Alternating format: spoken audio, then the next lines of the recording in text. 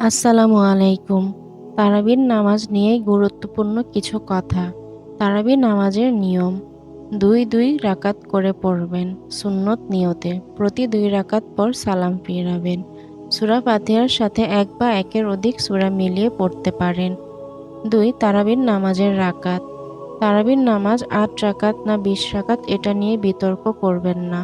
৮-২০ উভয় সংখ্যায় পড়তে পারেন। নামাজ সহি করে পড়ুন। ২০-৩০ মিনিটে ২০ রাকাত পড়ার চেয়ে ৮ রাকাত পড়া উত্তম।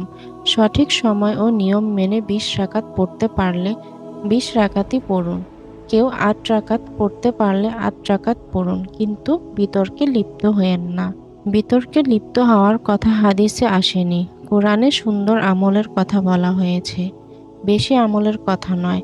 তাই স্বতঃস্ফূর্ত ও প্রাণবন্তভাবে রাতের সালাত ২ রাকাত ২ রাকাত করে যত বেশি আদায় করা যায় ততই সওয়াব। নিষ্প্রাণ সালাত আল্লাহ তাআলার কাছে মূল্যহীন, যদিও তা সংখ্যায় বেশি। তারাবির নামাজের দোয়া ও মোনাজাত। তারাবিতে নির্ধারিত কোনো দোয়া মোনাজাত নেই। আমাদের দেশে অনেক বইতে লেখা থাকে এইগুলো বানোয়াট।